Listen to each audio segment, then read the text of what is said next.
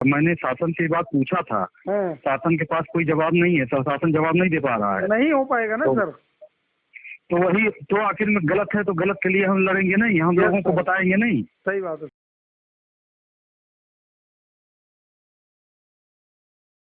कहार को भी एक जात मान ली और उसमें जो 10 उसकी उपजातियां हैं उसको भी तुम जात मान लिए। तो वो मान तो लिए तुम, लेकिन जब देश आजाद हो गया तुम्हारी संवैधानिक व्यवस्था बनी, उस संवैधानिक व्यवस्था के अनुसार अगर धीमर को अलग पिछड़े वर्ग में मान लिया, गोड़िया को अलग मान लिया, सोरैया को अलग मान लिया, मल्लाह को पिछड़े वर्ग में डाल दिया, बिलिया को अनुसूचित जनजात में डाल दिया, तो एक पहली चीज तो कहार नहीं है कोई व्यक्ति, कार ऑटोमेटिक खत्म हो गया ना, सब अलग अलग डिस्ट्रीब्यूट हो गया। हाँ तो अच्छा, तो कहार को क्यों पिछड़े वर्ग में डाल के सबको भ्रम में रखे हो भाई?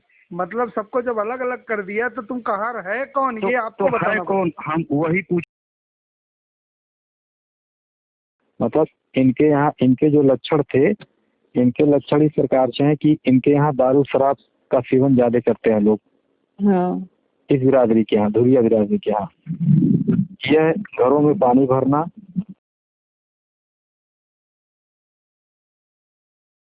गाड़ी का काम करता था, मछली मारना। मतलब इनके यहाँ इनके जो लक्षण थे, इनके लक्षण इस प्रकार से हैं कि इनके यहाँ दारू शराब का सेवन ज्यादा करते हैं लोग। हाँ। इस बिरादरी के यहाँ, धुरिया बिरादरी के यहाँ, यह घरों में पानी भरना। उनके यहाँ जो ब्राह्मण ठाकुर लाला हैं, कुछ जगह यादव के यहाँ भी, कुछ जगह कुर्मियों के यहाँ भी, ये लोग बर्तन मांजने का काम करते थे। उनके यहाँ बर्तन मांजना, पानी भरना, मसाला पीसना, जो भी करना था वो सब करते थे। ये खाली इतने था कि बड़े लोगों के यहाँ जो है घरेलू नौकर के बाद काम करते थे, खिदमत खाली करते थे उनकी, और उनके यहाँ जो खाना बनता था वो बचता था, ये लाकर खाते थे ये। और वो लोग कुछ खेत दे देते थे कि चलो तुम फलाने, अच्छा अब उन फलाने तुम जो है 1 बीघा में खेत दे रहा हूँ, उस खेत को करना, खाना, और मेरे यहाँ बरहो माथी बर्तन मांजना, मेरा काम करना, अब बहुत होगा 100, 10, 20, 50 तुमको दे भी देंगे। तो इसलिए वो ये लोग ये उनकी पूरी खिदमतगारी करते थे, इनके अंदर के बाहर सब कुछ काम उनका ये लोग करते थे, और अपना बनाने की कोशिश कभी नहीं की। ये लोग ये नहीं सोचे कि मेरे पास भी धन हो, मेरे पास भी दौलत हो, मतलब ये उन्हीं के ऊपर डिपेंड रहते थे। तो इन्हीं के जैसा पेशा धीमर भी किया। हाँ, ओके। तो धुरिया का पेशा पानी भरना, डोली धोना, मछली मारना और घरेलू नौकर की भी भांति काम करना। बड़े आदमियों के महिलाओं के संपर्क में रहने के नाते इनको मेहरा शब्द भी कहा गया, मेहरा। और उस मेहरा का सुधार रूप महारा हो गया। जैसे कहार तो कहे ही, और कुछ जगह पर इनको कह दिया गया महारा। मेहरा शब्द इनको अटपटा लगा, क्योंकि औरतों के साथ जो व्यक्ति औरतों में काम करता है, कोई भी पुरुष हो जो औरतों के काफी नजदीक रहेगा घरों में, मेरा मतलब क्या है कि औरतों के नजदीक ज्यादा रहना, उनके साथ मिलकर काम करना। तो वो सब मेहरा शब्द जब इनको कुछ अपमान देने लगा तो उसको सुधार नाम दे दिया क्या, महारा। और इनके औरतों को महारा के जो लेडीज थी उसको महरीन कहते थे, महरीन। तो देसी भाषा में गाँव में महारा काका और महरीनिया। तो एक व्यक्ति का नाम जिसको on the basis of occupation, व्यवसाय के नाम पे कहार कहा गया। मतलब ये डोली धोने के नाते कहार का मतलब यह है कंधहार, मतलब ये कि कंधों पे भार ढोने वाला। तो इसको जो है ये प्रोफेशन ये धुरिया ही नहीं करता था, इस प्रकार का प्रोफेशन मछली मारना, पानी भरना, डोली धोना, बर्तन मांजना, ये काम बाथम भी करता था, बोट भी करता था, धीवर, धुरिया, घरुक, गोड़िया, जैसवार, कमकर, खरवार, महार, मल्लाह, रैकवार, रवानी, सिंगड़िया, तुरैहा, इतने जाति के लोग ये प्रोफेशन करते थे। और यही प्रोफेशन करने के नाते इन लोगों को कहार कह दिया गया। तो अब बात आई कि इतने लोगों को जब कहार उसने दर्ज कर दिया तो एक वह उस समय का एक रिजर्वेशन बन गया। जब इनके पास कोई रोजी रोटी के साधन नहीं थे तो उस समय के लिए एक आरक्षण ये बन गया कि जो भी व्यक्ति ये प्रोफेशन करता है और उसको सबको कहार नाम से नॉमिनेट किया जाएगा और वो जो है जो व्यक्ति कहार रहेगा उसको घरों में अपार्टमेंट मिल जाएगा, मतलब उसको घरों में काम मिल जाएगा। तो ये सारे लोग अपनी मूल जाति ना बता के उस प्रोफेशनल जात को बताए कि हम भी कहार हैं साहब। तो ये कहा जब हम भी कहार हैं साहब तो आओ मेरे यहाँ बर्तन मांजो, मेरे यहाँ मतलब काम मिल जाएगा तुमको, मतलब तुम्हारी रोजी रोटी का व्यवस्था मैं कर दूंगा। तो वह उसके घरों में जाकर काम करने लगा। अब जब घरों में काम करने लगा तो मूल रूप से वो कहारे के नाम पर उसको आरक्षण मिला है।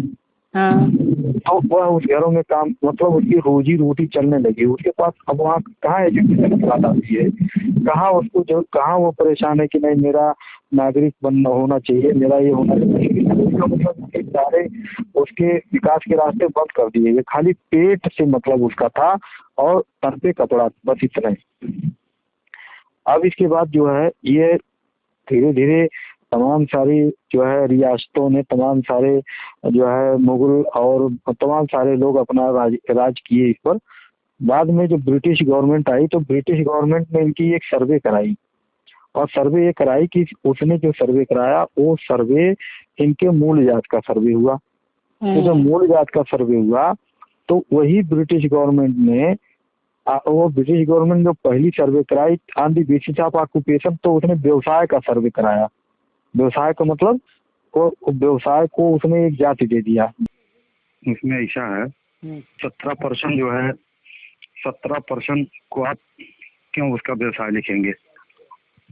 अब अगर उसका व्यवसाय लिखे तो उसकी जांच कैसे हो जाएगी। उसमें सारे लोगों का प्रोफेशन एक था और उसी को उसने जात से इंडिकेट किया है। जैसे उत्पत्ति के आधार पर उसमें स्पष्ट रूप से लिखा है दुनिया की उत्पत्ति ये है, लेकिन उसमें पर्टिकुलर पर्सन की गणना किया है। लिखा भले है उसमें सब शीर्षक के अंदर सबको, लेकिन स्त्री पुरुष की गणना किया है। जैसे धुरिया है तो धुरिया में स्त्री कितना पुरुष कितना है और उसका प्रोफेशन कहाँ लिखा है। उसमें स्पष्ट रूप से लिखा हुआ है ना कि वो सर्वे हुआ था on the basis of occupation. तो ये कहने मतलब है कि एक दो चीजें कैसे हो सकती हैं। उसी को जात बना दिया, यही तो गलत हुआ ना। अच्छा। जैसे कानून जो बनाया वो ब्रिटिश गवर्नमेंट ने ही तो सब सारे कानून बनाए जो आज भारत में लागू हैं।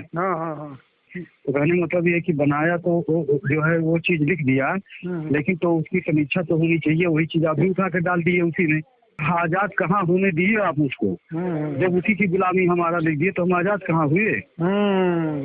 और सबको एक ही सूत्र में लिख दिया कि ये जो है एक तरफ लिखता है कि जो है ट्राइब एंड कास्ट, मैंने उसको कह रहा है कि यहाँ डिस्ट्रीब्यूशन ऑफ कहार नहीं करा, कहार कर रहा है।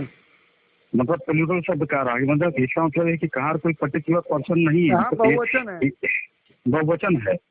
कहार को भी एक जात मान लिया और उसमें जो 10 उसकी उपजातियां हैं उसको भी तुम जात मान लिए। तो वो मान तो लिए तुम, लेकिन जब देश आजाद हो गया तुम्हारी संवैधानिक व्यवस्था बनी। उस संवैधानिक व्यवस्था के अनुसार अगर भीमर को अलग पिछड़े वर्ग में मान लिया, गुड़िया को अलग मान लिया, सोरैया को अलग मान लिया, मल्लाह को पिछड़े वर्ग में डाल दिया, बुढ़िया को अनुसूचित जनजात में डाल दिया, तो एक पहली चीज तो कहार नहीं है कोई व्यक्ति। कार ऑटोमेटिक खत्म हो गया ना, सब अलग अलग डिस्ट्रीब्यूट हो गया। हाँ तो अच्छा, तो कहार को क्यों पिछड़े वर्ग में डाल के सबको वर्ग में रखे हो भाई।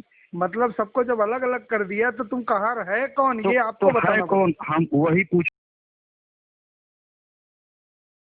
मैंने शासन से बात पूछा था, शासन के पास कोई जवाब नहीं है, शासन जवाब नहीं दे पा रहा है। नहीं हो पाएगा ना सर। तो वही तो आखिर में गलत है तो गलत के लिए हम लड़ेंगे नहीं, हम लोगों को बताएंगे नहीं। सही बात है। ये आपका उत्पत्ति के आधार पर, चूंकि भगवान शिव ने गोंडों को भी बनाया और भगवान शिव ने धुरिया को बनाया, तो इसलिए धुरिया को गोंड की पर्याय जाति कह दिया गया कि ये तो इसी के समतुल्य जाति है धुरिया, और ये दोनों इक्वल है क्योंकि एक ही ने बनाया। और गोंड नाम जो पड़ा, गोंड नाम इससे पड़ा, गोंड शब्द केव शब्द से बना है। केव केव मतलब होता है गुफा, हाँ, और उसी को मॉडिफाई करके केव का कोया बना दिया गया। कोया माने कोकून, कोकून माने खोल। तो जिस प्रकार से कोकून के अंदर कीड़े होते हैं, लार्वा होते हैं, हाँ, उसी प्रकार से उस केव के अंदर एक गूंड जात के लोग रहते। मतलब यह है कि इसको कोयवा राष्ट्र कह दिया गया, माने गुफाओं का राष्ट्र। हाँ, अब क्योंकि हमारे लोग गुफा बना बना के उसमें रहते थे, तो उन लोगों को कह दिया गया गुफाओं का राष्ट्र। अब गुफाओं का राष्ट्र का मतलब ये हो गया कि ये जो है ये गोंडों का राष्ट्र था, और इसी के नाम पर ये कोयवा राष्ट्र पड़ गया। माने कोया का मतलब होता है गोंड, गोंड शब्द से लिया गया कोया। तो इसलिए जो है इन लोगों को हमारे धुरिया समाज के लोगों को गोंड के समतुल्य कर दिया गया। तो जो आदेश जारी हुआ वो 1950 में गोंड को कैमूर और जो है उसी कैमूर के रेंज में ही रखा गया, कानून मान्यता दी गई। और 27 जुलाई 1977 से पूरे उत्तर प्रदेश के लिए गोंड को अनुसूचित जाति में डाल दिया गया। अब हम यही अपनी बात समाप्त करते हैं।